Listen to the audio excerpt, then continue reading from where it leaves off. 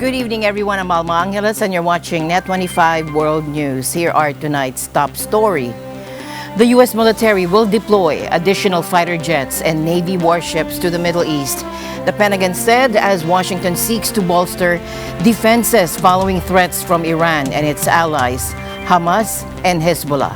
Secretary Austin spoke with Israeli Minister of Defense Gallant this morning about the destabilizing threats posed by Iran, its partners, and proxies. The secretary reiterated ironclad support for Israel's security and informed the minister of additional measures to include ongoing and future defensive force posture changes that the department will take to support the defense of Israel. The news starts now.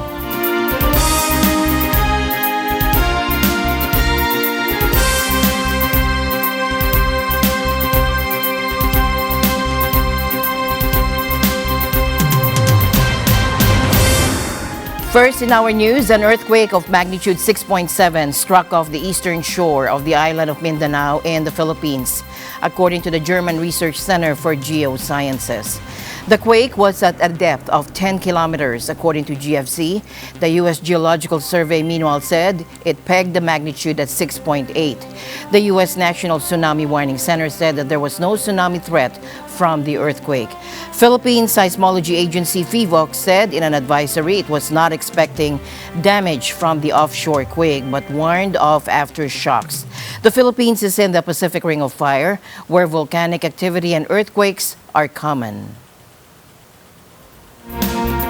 The U.S. military will deploy additional fighter jets and Navy warships to the Middle East, the Pentagon said, as Washington seeks to bolster defenses following threats from Iran and its allies Hamas and Hezbollah.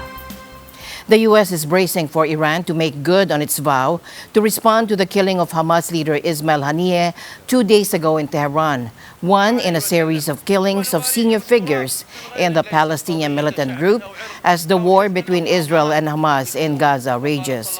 U.S. Defense Secretary Lloyd Austin had approved sending additional Navy cruisers and destroyers, which can shoot down ballistic missiles to the Middle East and Europe. It's also sending an additional squadron of fighter jets to the Middle East. The Pentagon statement added it would increase readiness. Secretary Austin spoke with Israeli Minister of Defense Gallant this morning about the destabilizing threats posed by Iran, its partners, and proxies.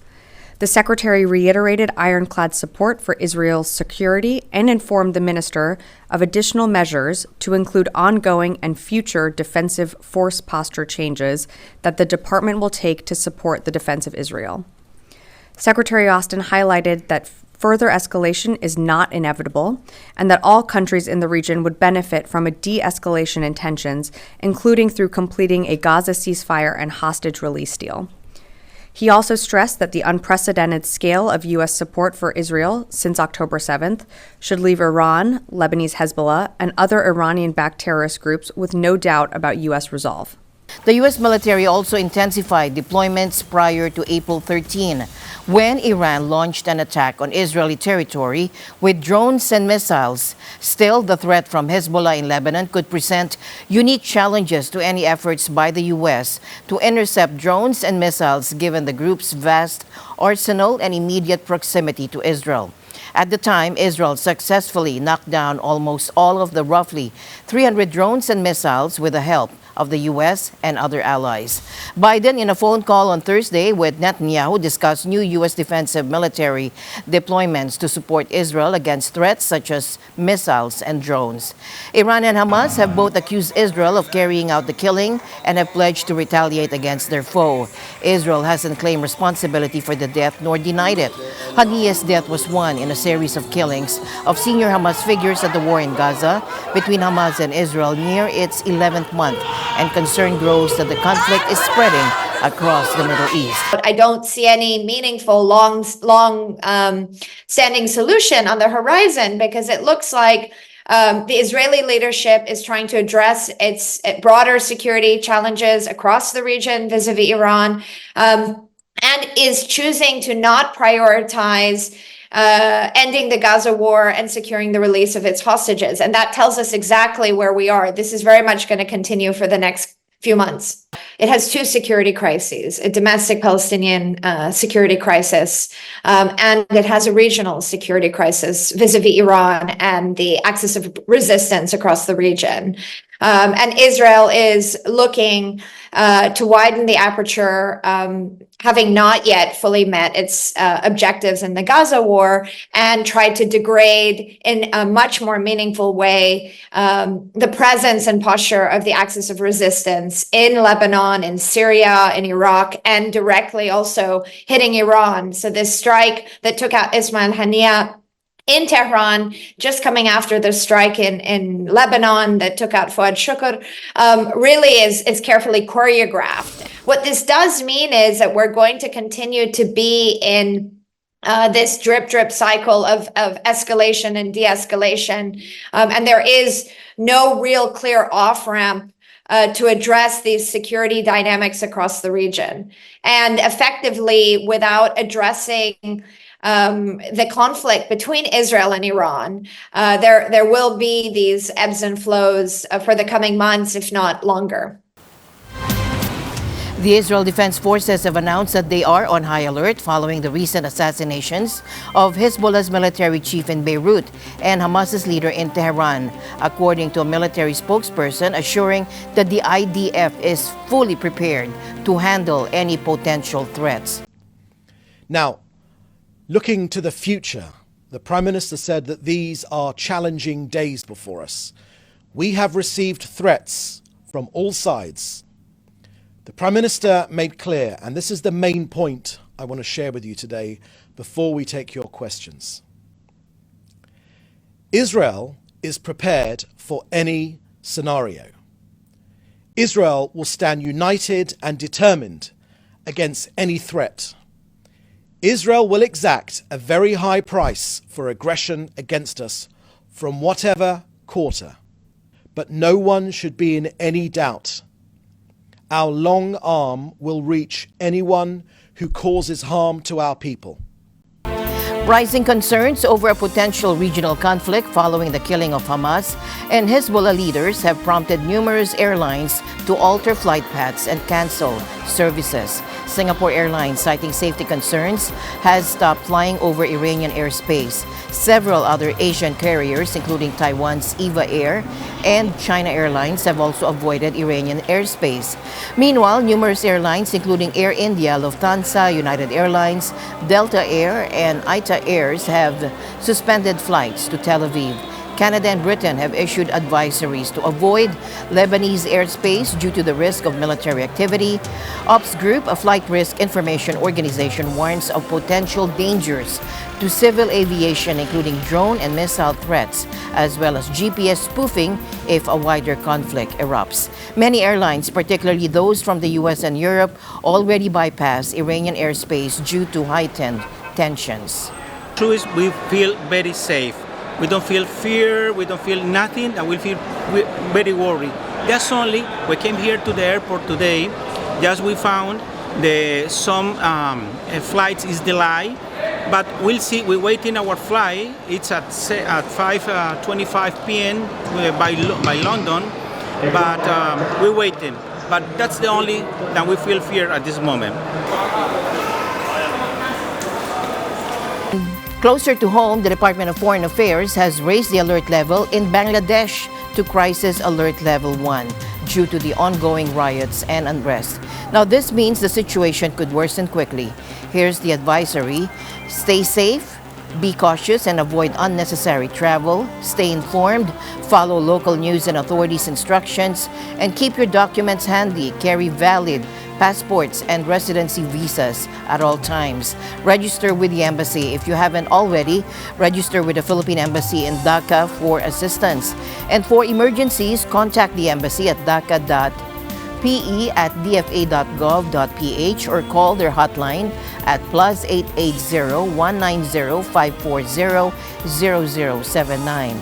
Bangladesh has been going through turmoil in recent weeks as the government job quota reform movement turned fatal, claiming over 150 lives. The unrest is the biggest test facing Prime Minister Sheikh Hasina, 76, since she won a fourth term in January elections, boycotted by the main opposition, Bangladesh Nationalist Party, which were also marred by deadly protests.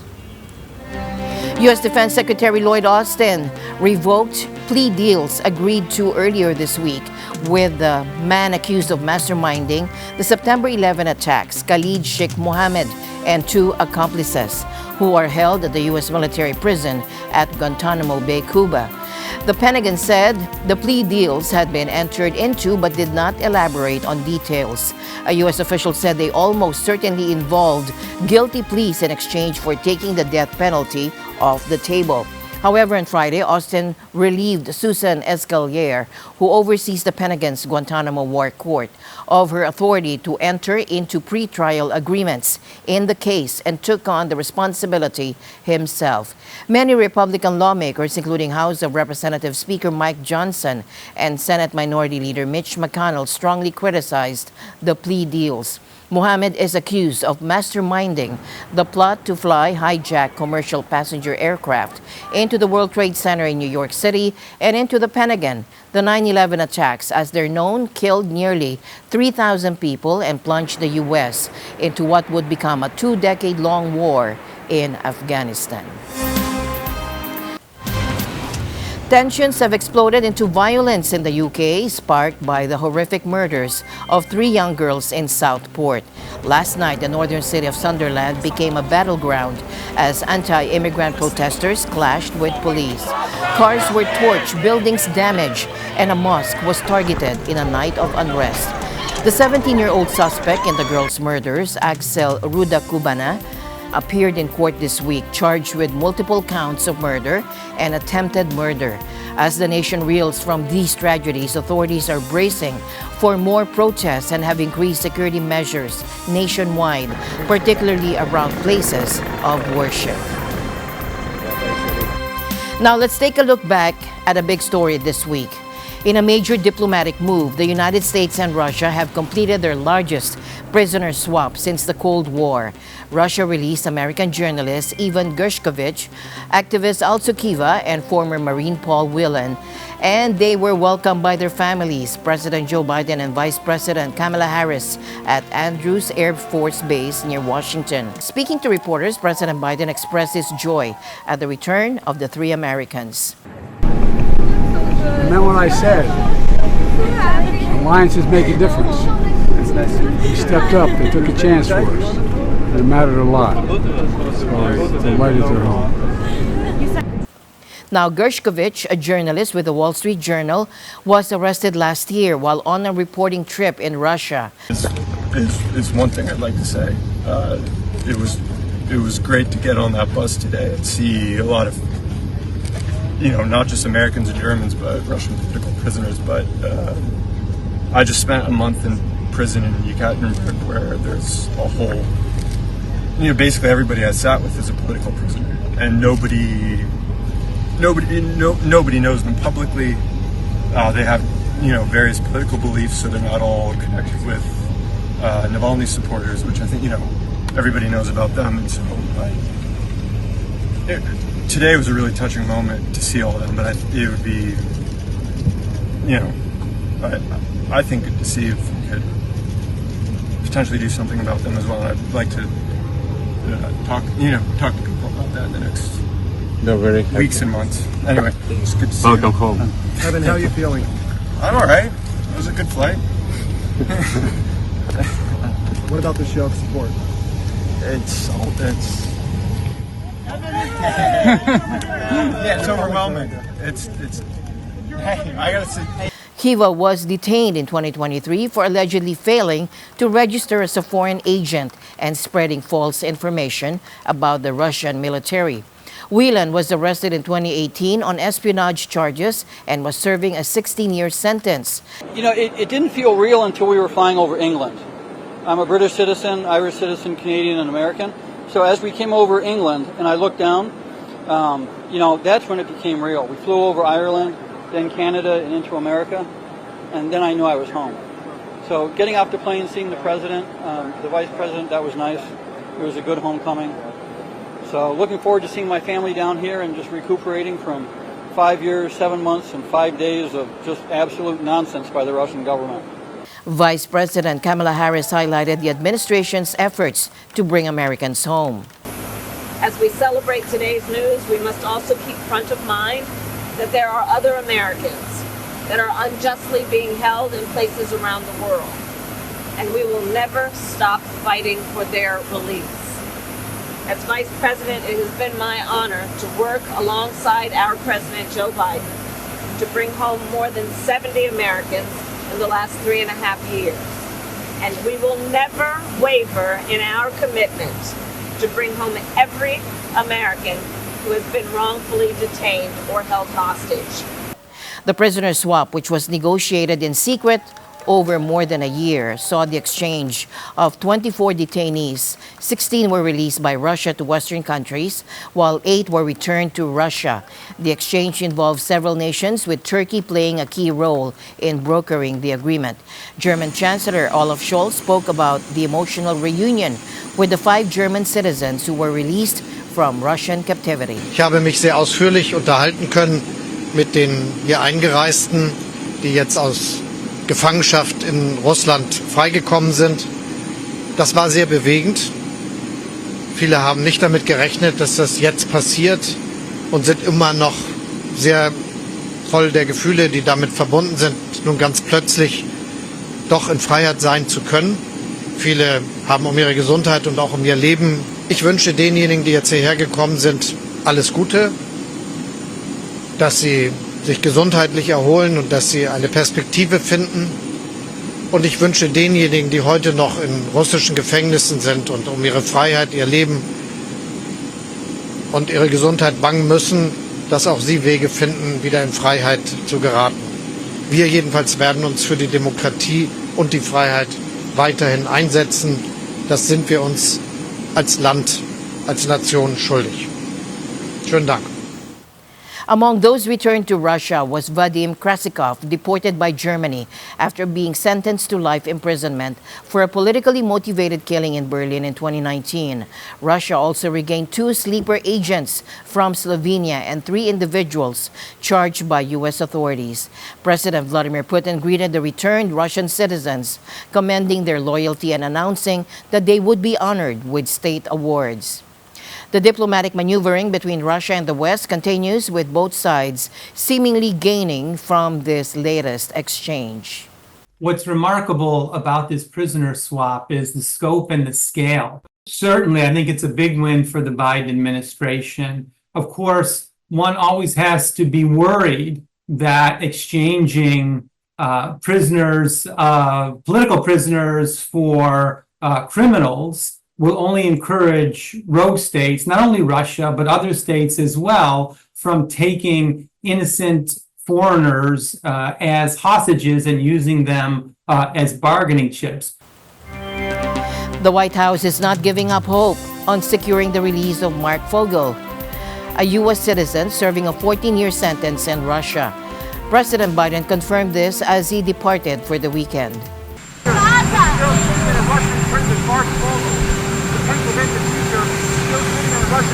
We're not giving up.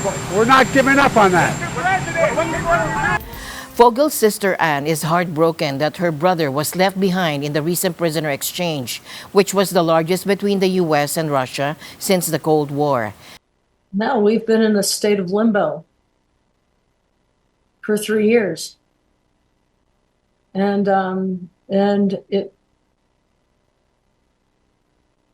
you know, the last 48 hours of this notion that he could be getting off a plane was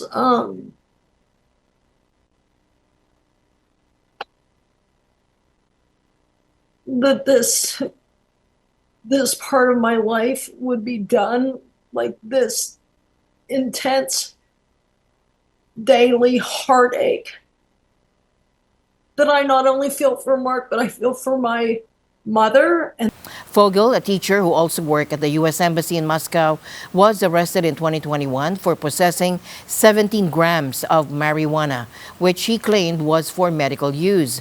I don't think he's doing well. I think he's absolutely crushed because he knows that he was left behind of a historic trade prisoner swap. Must be an incredible blow to him. They gave him an ultrasound on his liver, but he has no explanation of why they did that. It's just alarming. It's alarming. He said he felt like a human voodoo doll. He received so many injections, of which he knows not a single, he doesn't have any idea what they gave him.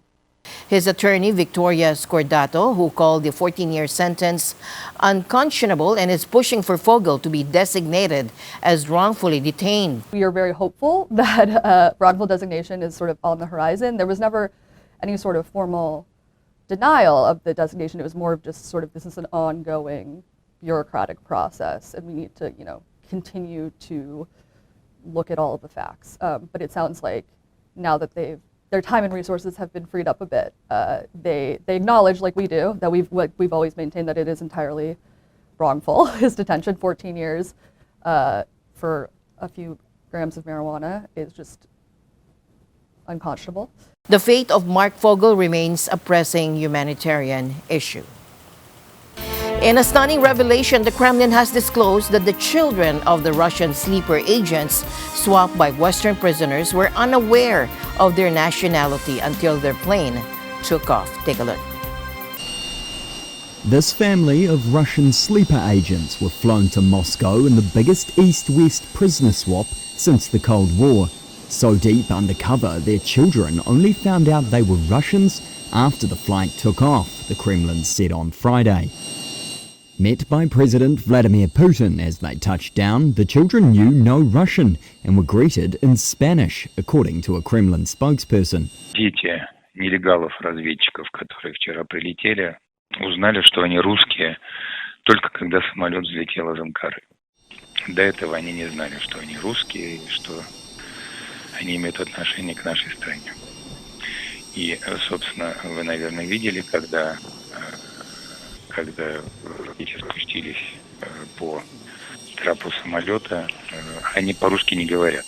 По-русски не говорят, и, собственно, им как раз Путин их поприветствовал по-испански, он сказал «Буэнос ночес».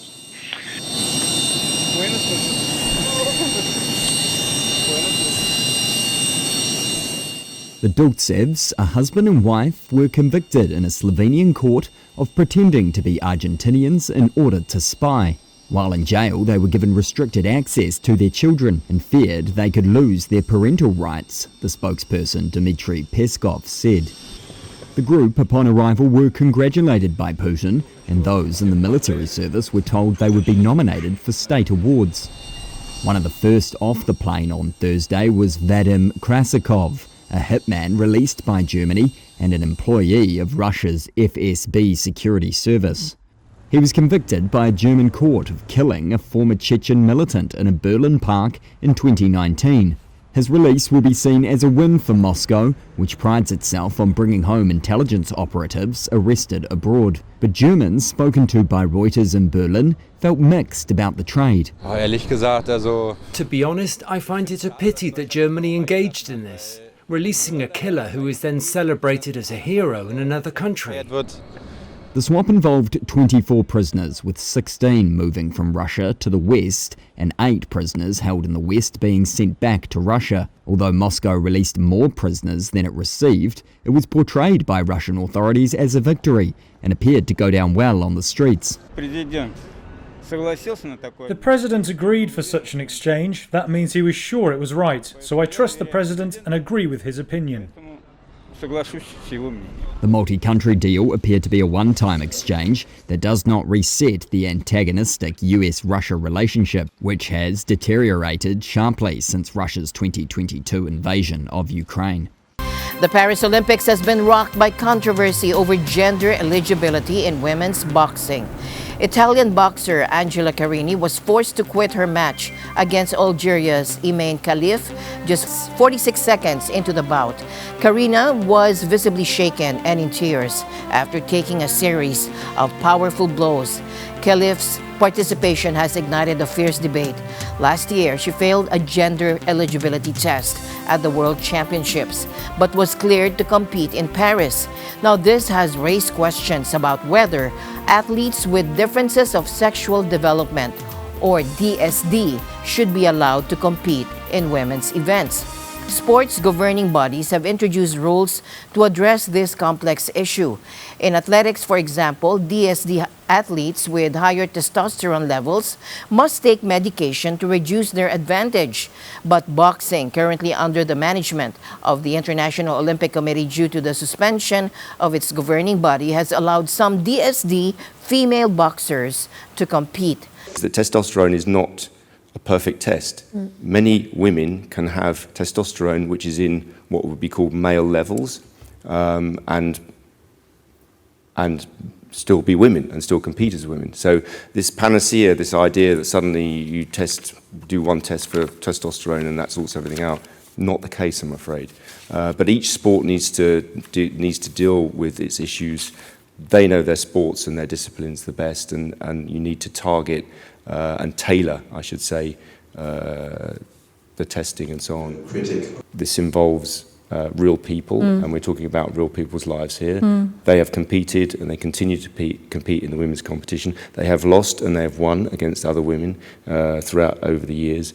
And by the way, this should make this absolutely clear for everyone. This is not a transgender issue. I know you know that, but I think there has been some misreporting on this, and I think it's very, very important to say that this is not a transgender issue. These women have been competing in competitions for many years. High-profile figures like author J.K. Rowling and Italian Prime Minister Giorgia Meloni have weighed in on the controversy, arguing that athletes with male physical attributes shouldn't compete in women's sports. Un fatto che con i livelli di testosterone presenti nel sangue dell'atleta algerina la gara in partenza non è una gara, è una gara che non sembra equa.